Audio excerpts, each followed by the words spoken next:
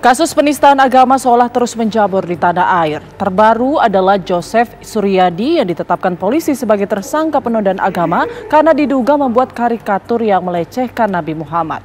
Siapa sebenarnya Joseph Suryadi dan apa jerat hukum yang menanti? Berikut ulasan khas ragam perkara dalam tajuk Dalih Ponsel Hilang, Pegiat Sosial Hina Nabi.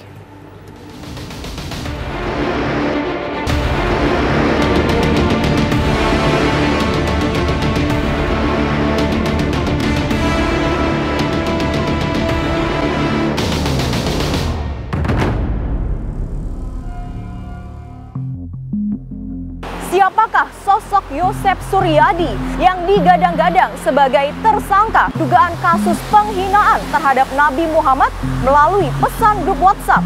Lantas konten apa yang menjerat Joseph ke dalam dugaan penistaan agama? Nama Joseph Suryadi mendadak hangat dipergunjingkan. Kelakarnya soal Nabi Muhammad Shallallahu Alaihi Wasallam yang ia tuangkan dalam bentuk karikatur dianggap melecehkan. Ia bahkan membuat narasi yang menyamakan Rasulullah dengan pelaku pelecehan sejumlah santriwati di Bandung, Jawa Barat, Heri Wirawan. Tangkapan layar yang diunggah ke media sosial itu pun menjadi viral. Usai ramai di ranah maya, Joseph lantas secara sengaja menyembunyikan handphone tersebut di gudang. Ia kemudian melapor bahwa dirinya kehilangan telepon genggamnya kepada polisi sebagai alibi semata. Penyidik telah mengamankan dan menemukan barang bukti handphone yang kemarin sempat disampaikan oleh yang bersangkutan itu hilang.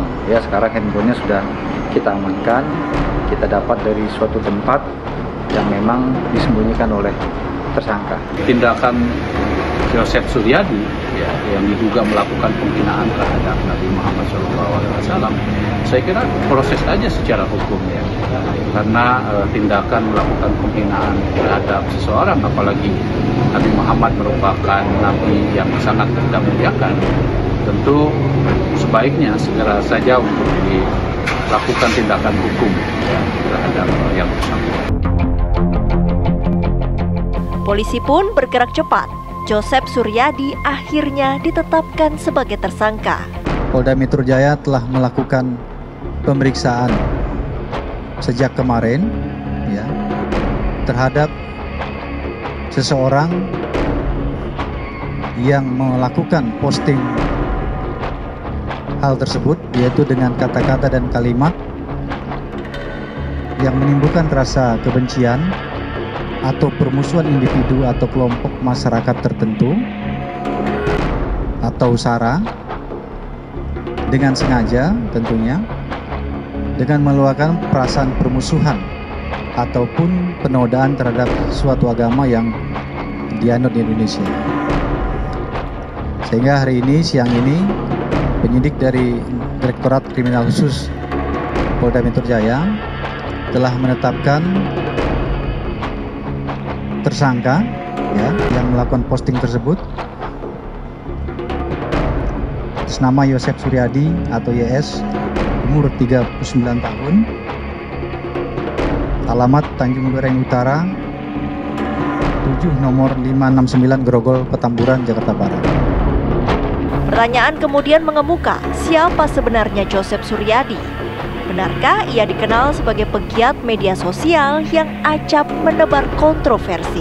Itu memang dari kecil di sini, di Tanjung Duren sama orang tuanya sampai besar. Kemudian setelah dia menikah ya tidak tinggal di sini lagi. Gitu. Saya juga tidak tahu dia tinggal di mana. Tapi kalau sesuai KTP-nya selamat? Kalau KTP sama kakak dia masih warga sini, masih warga Tanjung Duren. Ya kalau dari masih kecilnya sih dia baik ya, sopan anaknya. Semua keluarganya juga baik-baik. Tetangga yang mengenal sedari kecil pun tak menyangka Joseph yang dianggap berpendidikan melakukan perbuatan penistaan agama. Kita nggak nyangka gitu dia melakukan itu gitu kan, karena kan kita percaya gitu. Maksudnya orang tuanya kan bilang kalau dia tuh kan berpendidikan, gitu. Mana mungkin melakukan hal seperti itu, gitu kan. Katanya sih lulusan Universitas Bina Nusantara ya, cuman jurusannya apa saya nggak tahu. Saya baru tahu juga pas di kantor polisi sih, itu kalau dia kerja di bagian properti. Kalau nggak saya juga nggak tahu kalau bukan dari situ. Kasus penistaan agama seolah terus menghampiri Ibu Pertiwi. Mulai dari Joseph Paul Zhang, MKC, dan yang terbaru Joseph Suryadi. Mungkinkah jerat hukumnya tak pernah memberi efek jera hingga membuat para penista agama tumbuh subur di Indonesia? Menurut hemat saya, aspek penegakan hukum harus kita kedepankan. Itu pertama, ya. Dan yang kedua, di dalam PNPS nomor 165 tentang pencegahan dan penodaan agama itu jelas disebutkan ya bahwa penodaan agama itu terkena pasal KUHP 165A itu. Nah, karena itu menurut hemat saya pihak kepolisian segera mengungkap ya faktor-faktor yang menyebabkan beliau melakukan penghinaan terhadap agama dan sekaligus juga memberikan hukuman yang setimpal agar di kemudian hari tidak muncul kasus-kasus semacam ini. Artinya aspek jera ini harus kita kedepankan ya agar pihak-pihak yang mencoba-coba untuk melakukan penafsiran agama yang menyimpang ya bahkan penistaan agama yang menyimpang itu harus diakhiri. Joseph Suryadi kini harus membayar perbuatannya. Jerat Undang-Undang ITE dengan ancaman 6 tahun penjara sudah berada di depan mata.